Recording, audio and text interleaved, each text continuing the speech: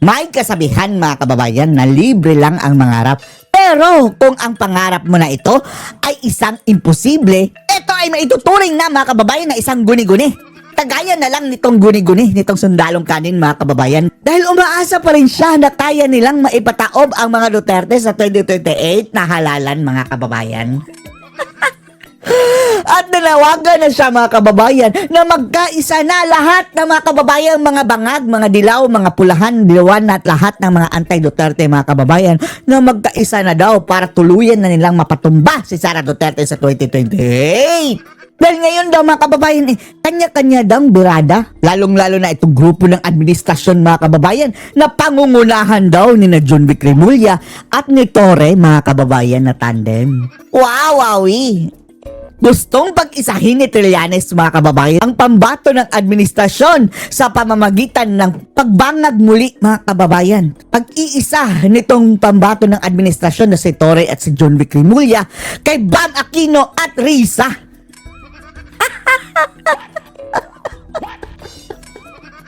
Lahat sila ay babangag sa 2028 na di umano mga kababayan. Panoorin niyo po ha.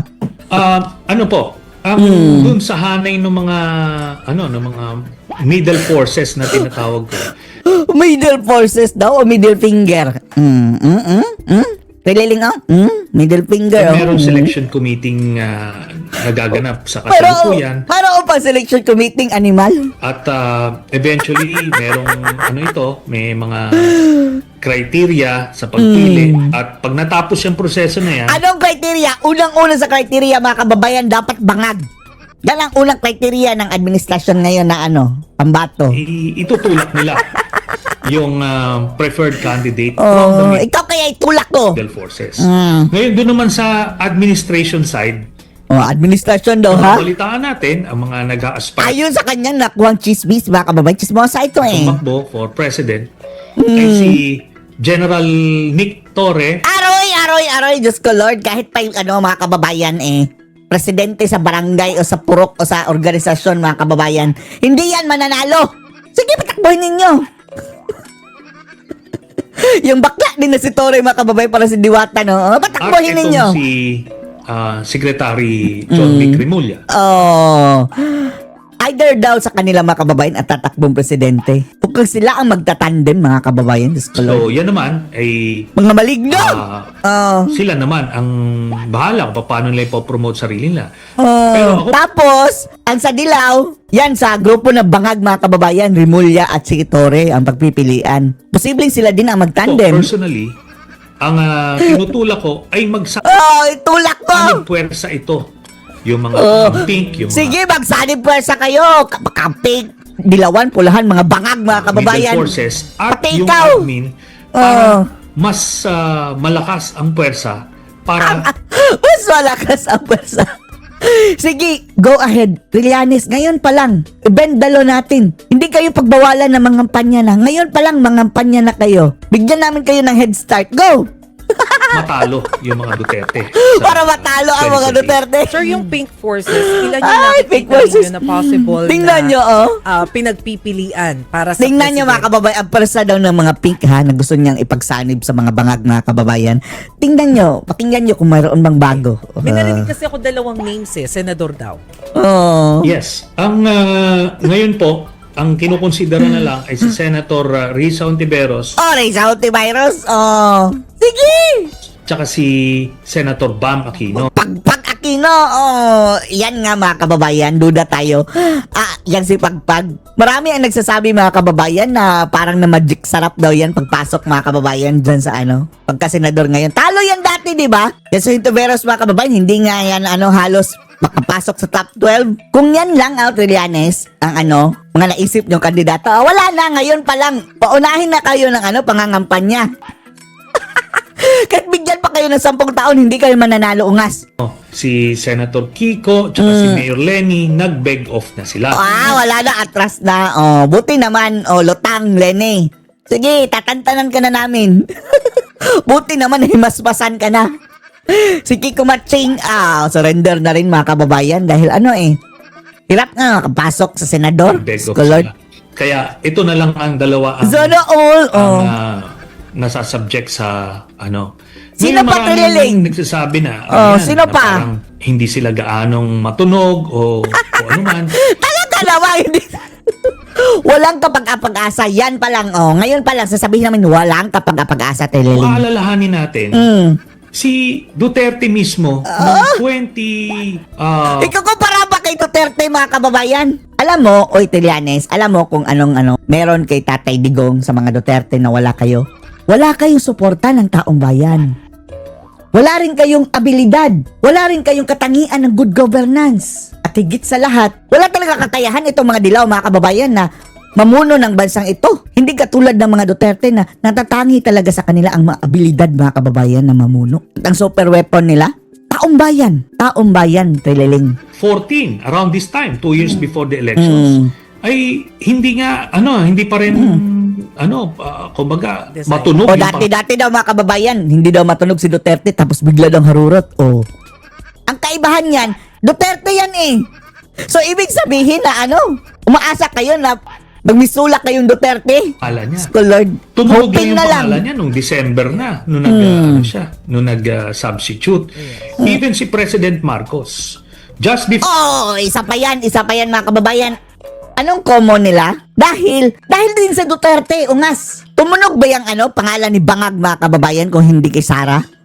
Tingnan nyo ang mga nag-interview sa kanya, mga kababayan. Itsura pa ba yan? Parang nawalan ng gana, mga kababayan. O lahat nakatunganga, naka-side eye pa yung ilan. Bakit kasi itong News 5, mga kababayan? Laging itong mga walang silbing mga dilaw ang laging ini-interview. Kung hindi si Llamas, ito si Trillanes. Kung hindi si Dilima, itong mga walang kwentang mga dilawan, mga kababayan. Nasa management kasi yan nila eh. Parang nakakontrata. Tapos itong mga reporter, parang napasubo na lang, mga kababayan, na makinig dito sa asong for the ulol. filing, hindi naman siya matunog. No. Ang common dyan, Trililing, dahil sa mga Duterte, ungas. Kung hindi, ando doon lang siya is just one of the alternatives. But eventually, Yan ang wala kayo, Duterte magic. pag nag-consolidate na lahat towards Sige, mag-consolidate kayo. the filing, Oh. yan. Pero kailangan yung initial legwork nila, Balita namin, iniiwasan ka na nga daw, Trillanes, oy, Trililing, ng iyong mga kasamahan dahil parang may sumpa itong si Trililing, mga kababayan. Kahit saan siya pupunta, talagang nadidisgrasya kayo, mga kababayan, sa inyong mga karera. Kung ano man yung karerang pinapasukan nyo, lalong-lalo na sa politika. Hindi nga naman panalo ang sarili si niya. research yung personal preparation nila, Ay, Diyos ko, Lord. hindi nagsisimula na. Kinasuhan na sa Sandigan Bayan. Dito na lang tayo sa mga kababayan, latest news. Kakasuhan na daw si Bong Revilla. At graft. Si Sige, dating kasuhan Senador nyo yan. Bong Revilla at 6 pang opisyal ng DPWH. Inihain Dapat makulong talaga, ha? At nakakapagtaka talaga, mga kababayan, dahil sa dami-dami, nauna pa si Bong Revilla. Yung mga obvious na nagnakaw sa Kongreso, mga kababayan, wala pa. Ombudsman ang kaso. Ay, Kaugnay nako. sa Manoy Ghost Flood Control Project sa Ito, jowa ba to ni mga kababayan, ni Boying Rimulya? Dati sa DOJ Secretary, ngayon naging ombudsman na mga kababayan na. Parang deputy o assistant ombudsman. Ayon kay Assistant Ombudsman Nico Assistant Labano, Ombudsman. idineklara umanong tapos na ang proyekto kahit Ay, hindi pa nako. nasisimulan.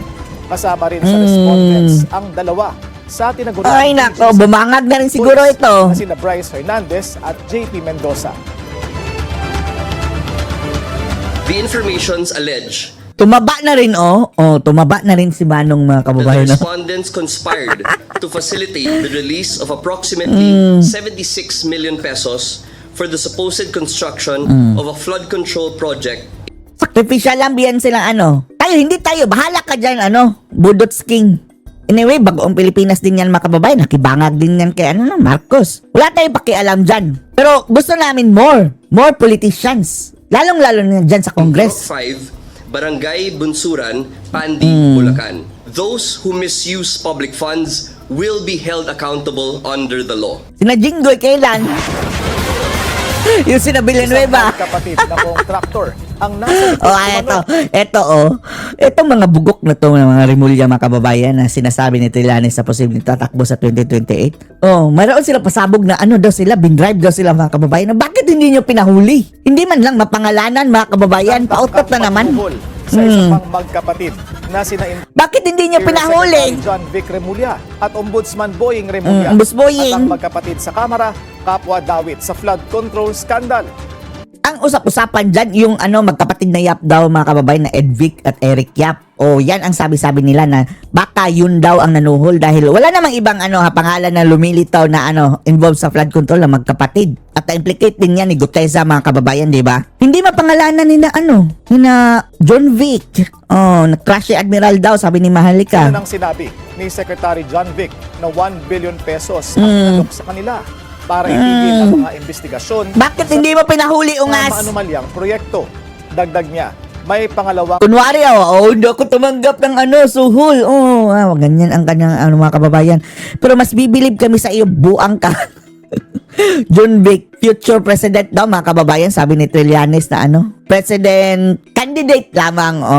Pinagpipilian pa na sila ni Torre Sige, bakit hindi mo pinahuli DILG secretary? Para lang din ito si Marcos, no? hari ng panunuhol mula sa ibang grupo na agad niyang sinumbong sa Pangulo. Sinabi Bong rin ni sumbong. Remulla na aabot sa 6 Ay, nako, sinumbong pa kay bonggang. Ito, mahilig talaga mambudol itong mga buwisit na to, no? billion pesos ang nakulimbat ni resigned Congressman Zaldico sa flood control projects. Pero posibleng mas malaki raw ang naibulsa si dating House Speaker Martin Romualdez. Bakit hindi mo kasuhan? Kasuhan mo na! Tuloy na sa Lunes ang pagpapatuloy ng investigasyon ng Senate Blue Ribbon Committee sa flood control scandal.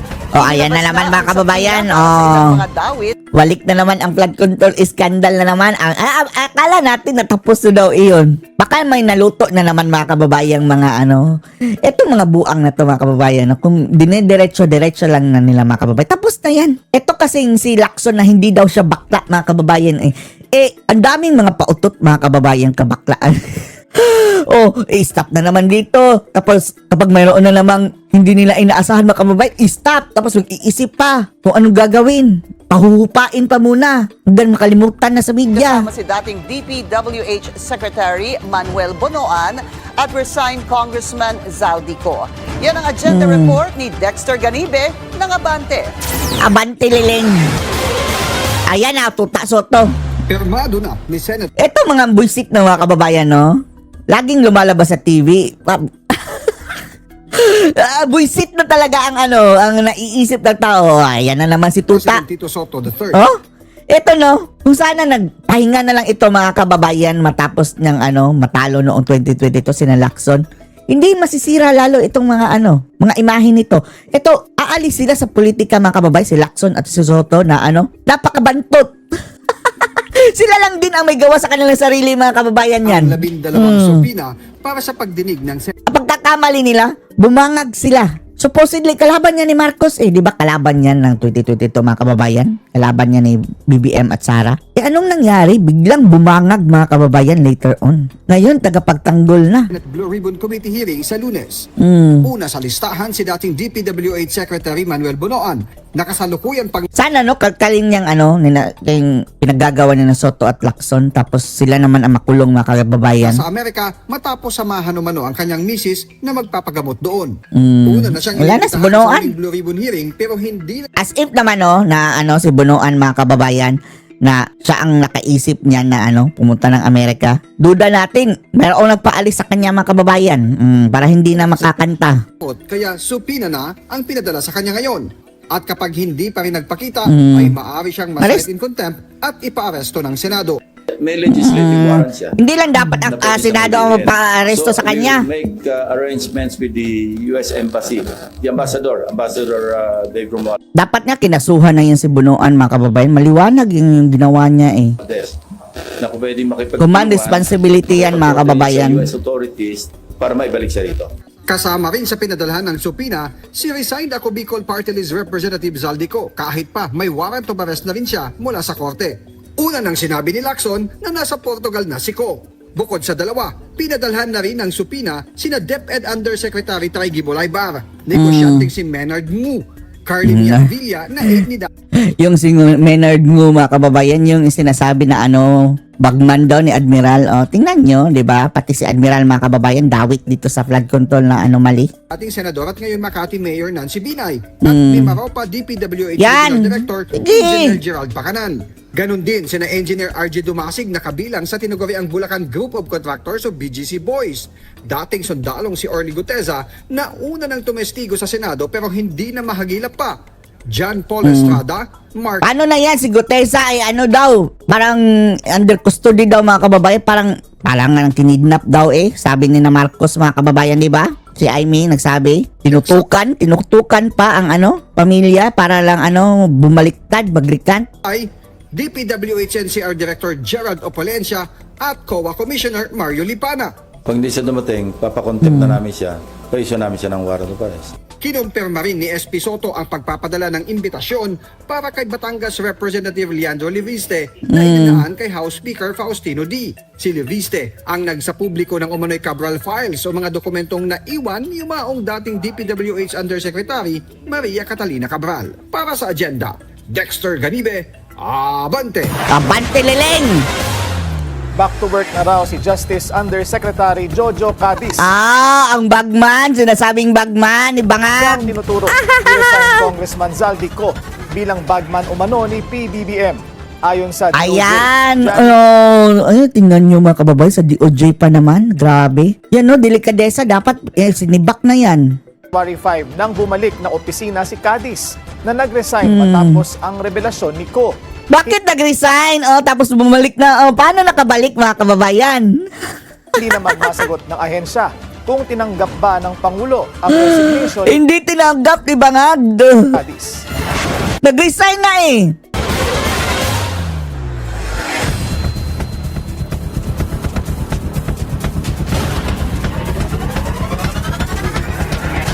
Malapit nang matapos ang trabaho ng ICI. Ito ang inamin Malapit mismo na ng trabaho. Pangulo. Malapit ang trabaho. Anong trabaho pala? Di ba ang trabaho daw nun, mga kababay, delaying tactic? Nakasalalay na Ang lamang gulo daw lang. sa natitirang gawain ang kapalaran ng Ay, komisyon. nako, kabangagan, Diyos ko, Id Lord. Reyes. Ganito tayo na pinaglolo ko, mga kababayan, ang administrasyong bangag na ito. They're really coming to the end. Ito ang direktang sagot ni PBB. Ikaw din bangag, malapit ka na. Pagdating ng 2028, goodbye ka. Mananagot ka talaga sa batas nagba. BM nang matanong kung ano na ang kahihinatnan ng Independent Commission for Infrastructure o ICI, ang brainchild ng Pangulo nang pumutok ang flood control scandal noong 2020. Well, brainchild! So Lord, much work they still have left. Matapos na yung trabaho, we will see what they can do next. They really are coming towards to the end. Lahat ng kailangan investigahan ngag, coming to the end ng pambubudol ng ngag. nila. Maybe there are one or two other Shut up! Sa Section 10 ng Executive Order 94, may sunset clause ang Ay, ICI na nako. nagsasabing functus officio o wala na itong legal authority kapag natapos na nito ang kanyang gampanin bilang isang komisyon. Ay nako, pambubudol, mga kababayan. And then, walang nagawan talagang trabaho, mga kababayan, dahil afterwards, akala natin kasuhan na. Hindi pala, mga kababayan. I-refer lang nila para kasuhan. O Diyos kaya ko, Lord. naman ay kapag na-dissolve sa utos ng Pangulo. Disyembre ng bangagers. nakaraang taon, nagbitiw sa pwesto ang dalawang commissioners na sina former DPWH Secretary Rogelio Babe Singson at kilalang accountant and business consultant ni si Rosana Fajardo. Sagot naman ng ICI, sa EO na mismong Pangulo ang bumuo, hindi makagagalaw ang ICI kung iisa lang ang miyembro dahil kailangan daw ng quorum para umunlad Isa na nga lang membro ang kanilang operasyon. Patuloy daw ang pagsasaayos ng ICI ng mga dokumento at records na nasa kanilang Yan, no? kusina. Grabe, no? Sa ngayon, Lokohan iniipon daw talaga, ng mga kababayan, ICI no? ang lahat na nagawa ng komisyon hanggang December 31, 2025 para isumite sa Office of the President at hintayin kung ano ang magiging desisyon ni PBBM. Sinadya ni bangag, mga kababayan, para ma-delay yung mga pagpa-file ng kaso at investigasyon. Dahil hindi nakakagalaw ang DOJ, mga kababayan, at yung ombudsboying sana na kanilang yung gampanan, trabaho nila, mga kababayan, na imbestigahan muna sana itong mga infrastructure, lalong-lalo sa Ilocos Norte. Dahil ang sabi ay andyan ang ICI antayin na lang natin silang matapos. O ngayon, sinaswela mga kababayan para mabigyan daw ng elbow room. O yung anong iniisip ng iba, mabigyan pa ng pagkakataon na ihabol yung mga ghost project mga kababayan, lalong-lalo na doon sa mga sa Ilocos Norte daw. Bigyan ng 6 months na leeway para sabihin hindi ghost. Kaya puspusan mga kababayan ng trabaho daw di umano. Para sa komisyon, idinetalya naman ng ICI ang accomplishments nila kabilang ang 8 referrals na humantong sa 3 cases sa Office of the Ombudsman. Ay nako Lord, pambubudol, bakit nagkaganito ang Pilipinas? Ang tanging pagkakamali ng mga Pilipino pagboto kay bangag. 16 na individual. Nasa 20 billion pesos na rin daw ang kabuuang halaga ng nairekomenda nilang frozen assets sa Anti-Money Laundering Council. Matatandaan na nang tanungin ang palasyo noong December 10, naninindigan pa ito na buo ang tiwala ng Pangulo sa ICI sa kabila ng opinyon mismo. Bakit hindi buo? Siya mismo ang nagtatag niyan mga kababayan. Ganyan yung ano sabi nga ng reporter, love child? Ni dating Commissioner Singson na walang pangil ang komisyon. Walang pangil at wala ding hiya. People's Commission. Does the ICI still have the President's confidence? Yes, still. Ay, nako, Claire Castro. Yung batas Magbayad ka ng 110 million sa danyos. At tiwala po ang Pangulo sa mga ginagawa po. Bangag. Sa ngayon, wala pang panibagong galaw ang ICI pamula pa noong January 13 kung kailan pinulong nila ang iba't ibang ahensya kaugnay ng asset recovery management mula sa mga individual na may pending cases sa korte.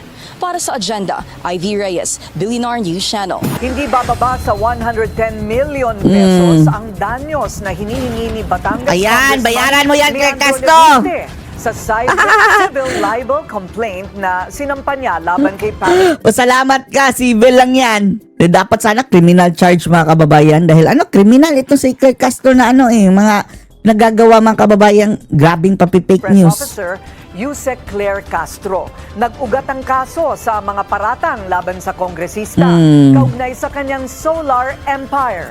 Narito ang agenda Yan, report ni kung ano-anong pinagsasabi kasi. Dapat talaga kasuhan mga kababayan dahil hindi ordinaryong posisyon yung hinahawakan ni Claire Castro tapos blatantly mga kababayan ang grabe pagsisinungaling. Kung ordinaryong tao lang siguro siya mga kababayan, pwede pang palampasin. Pero eto mukha niya mga kababayan dinadala ng palasyo. Tagapagsalita ng palasyo tapos sinungaling. ni Lou Dagos ng Abante. Abante Leleng.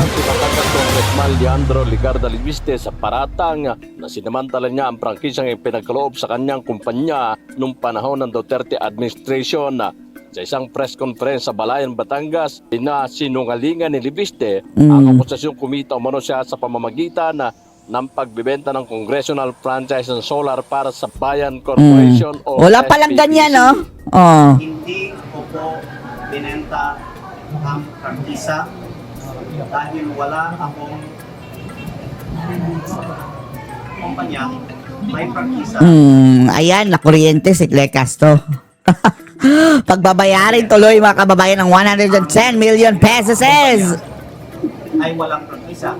Ayon kay Libiste, ang SPBC na nakakuha ng 25 taong prangkisa noong 2019 ay tumigil na sa operasyon noong 2022 matapos mabigong makakuha ng mga kinakailangang permit para sa proyekto nito sa renewable energy na niya ay naging dahilan ng pagkalugi ng kumpanya. Dahil dito, nagsampa ng libel complaint ang kongresista laban kay PCO Undersecretary Claire Castro sa Balayan Hall of Justice.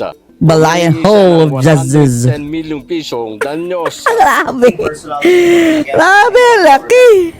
ayoko pong masaktan si Claire Castro. Ay, saktan mong bulsa. Hindi ko din kaaway ang administrasyon.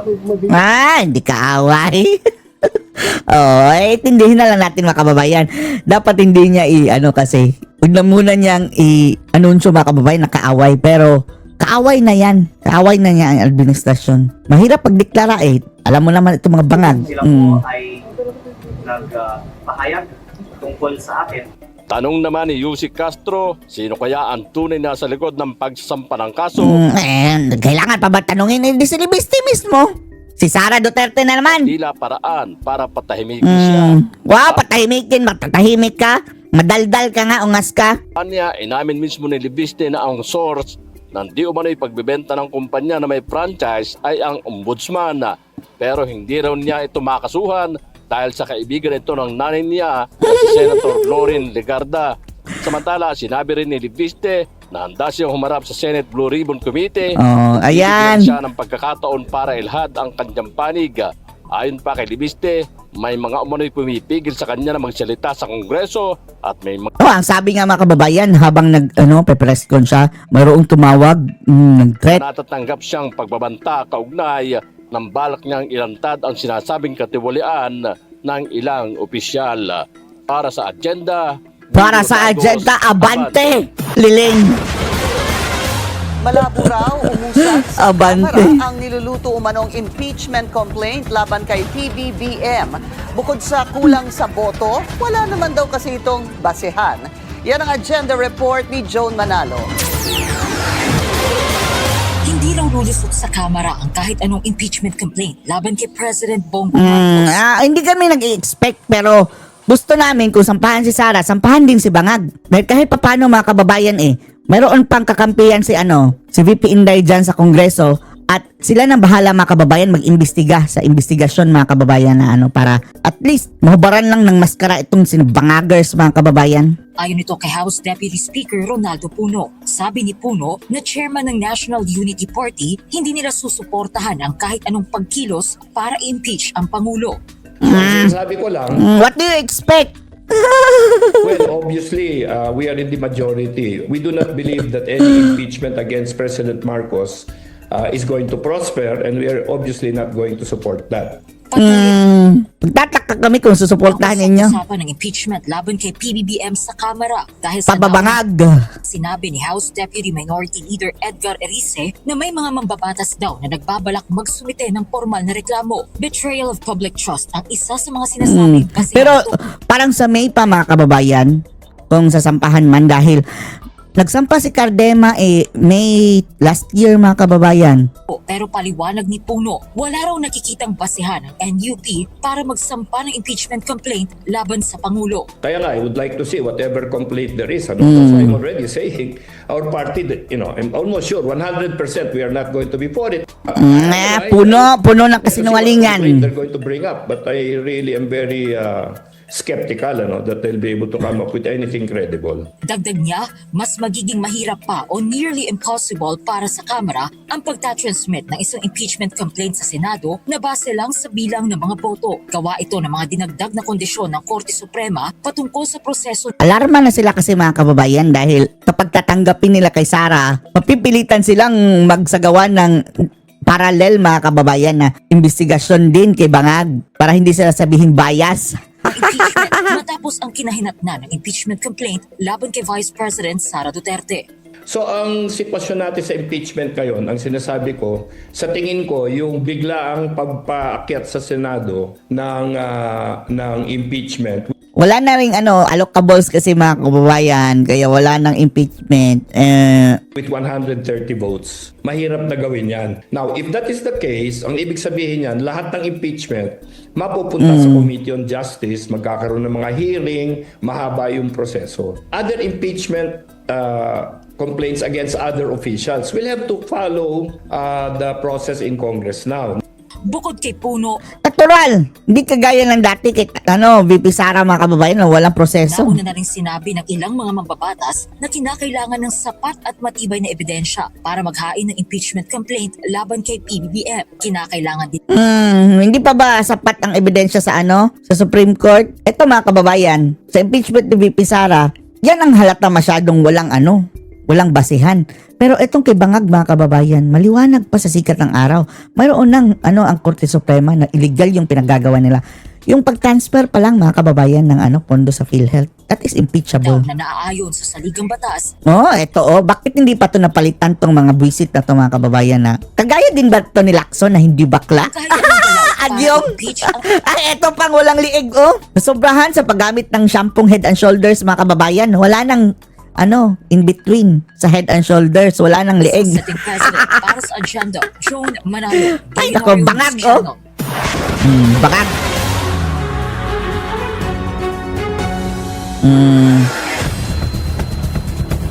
Oh, eto na naman mga kababayan. Oh, wala pa pala sila sapat na testigo para idiin si Tatay Digong sa kanyang mga bintang sa kanya mga kababayan. Tapos ngayon pa lang maghahanap ang mga ungas ng additional na mga witness. Tapos, ang kabulukan pa mga kababayan, parang gusto pa ng ICC na sumali ang PNP mga kababayan sa pagtestigo na talagang ginawa ni Digong ang mga EJK. Nanawagan ng ICC ng mga testigo sa investigasyon nito Ngayon sa pa lang. maligong war on drugs ni FPRRD. Gusto raw ng Tingnan korte nyo, na ngayon pa lang. makausap ang mga direct witness sa mga umano'y torture at pagpatay. Torture, pagpatay! Mula Lord. November 2011. Yan mga script ni Trillanes mga kababayan, talagang andun. Dito sa Pilipinas, hindi yan uubra. Yung mga kasinungalingan ni Trillanes mga kababayan, mga makakaliwa. Doon, grabe, bentang-benta sa mga puti mga kababayang Noong March ICC. 2019 o ang panahon na miyembro pa ng ICC ang Pilipinas. Kasama ITT. dito ang mga miyembro ng PNP at iba pang law Oo, enforcement see? agencies. Mayroon ding online portal para mag-submit ng kanilang mga Grabe, busy-busy yan si Trillanes siguro mga kababayan dahil mayroong online portal. Mga kasinungalingan yan.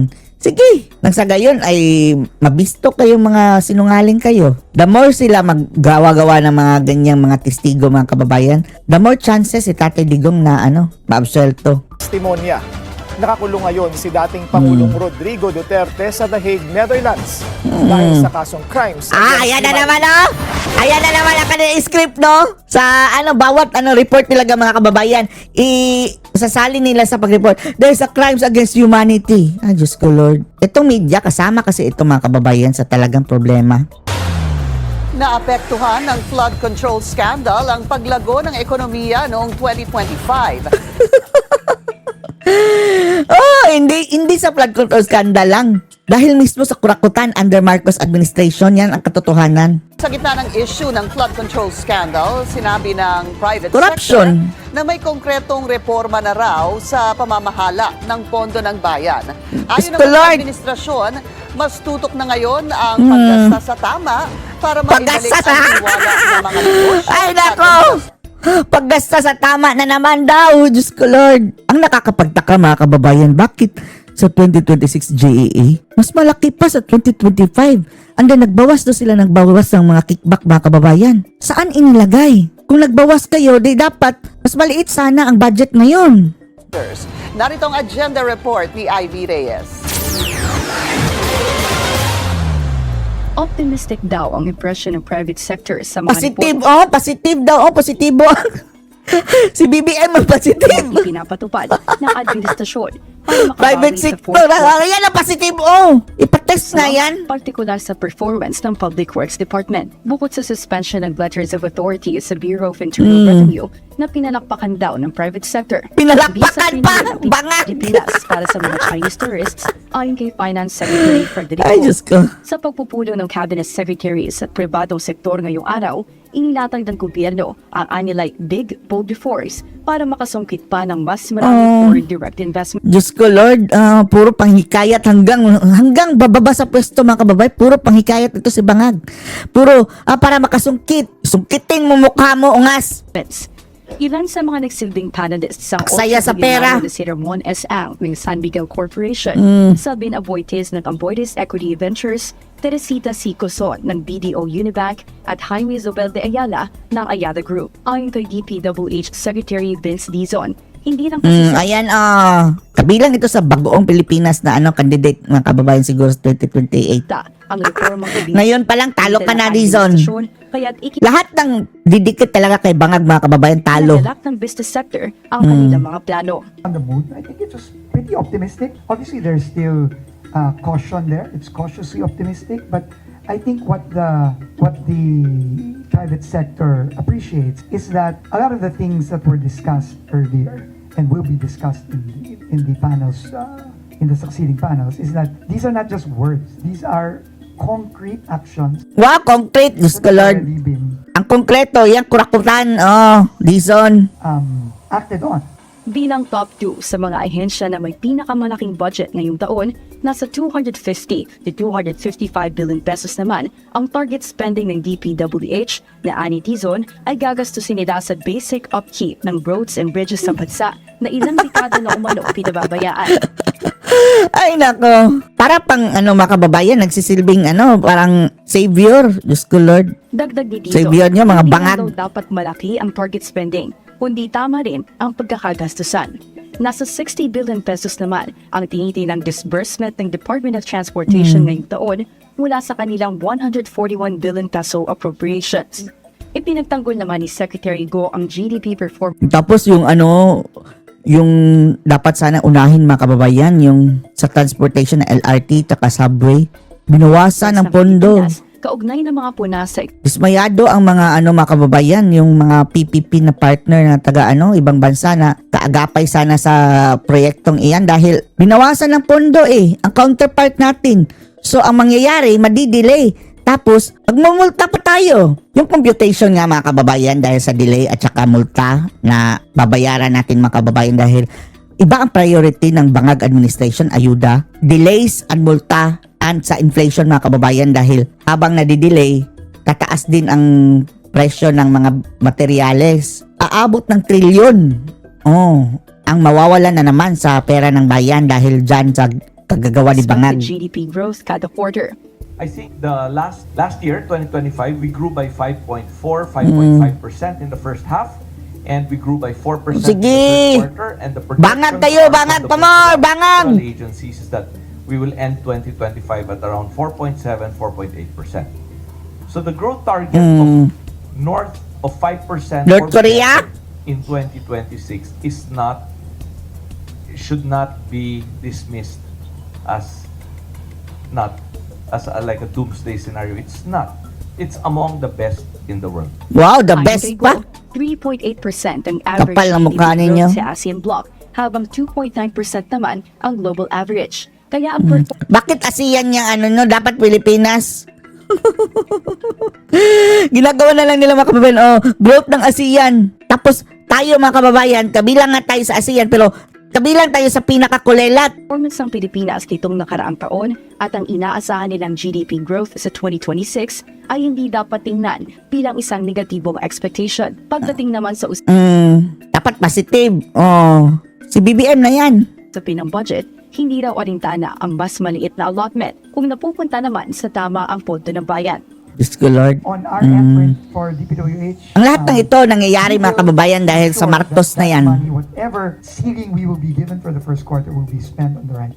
No, so and that is where the reforms come in. No, and the primary Reforma, ang totoong reforma kung mawawala na yan si Ngagva. reform that what we're doing is we want to spend on the basic. Bukod sa vetoed on-program appropriations, Bito daw kunwari mga kababayan Tapos ang bitong iyan mga kababayan, ang binito, sila lang din ang nag-recommend sa NEP. What a joke. What a joke. siya rin ang binawasan ng budget, kabilang na ang DPWH. Para sa agenda, Ivy Reyes, Billionaire News Channel.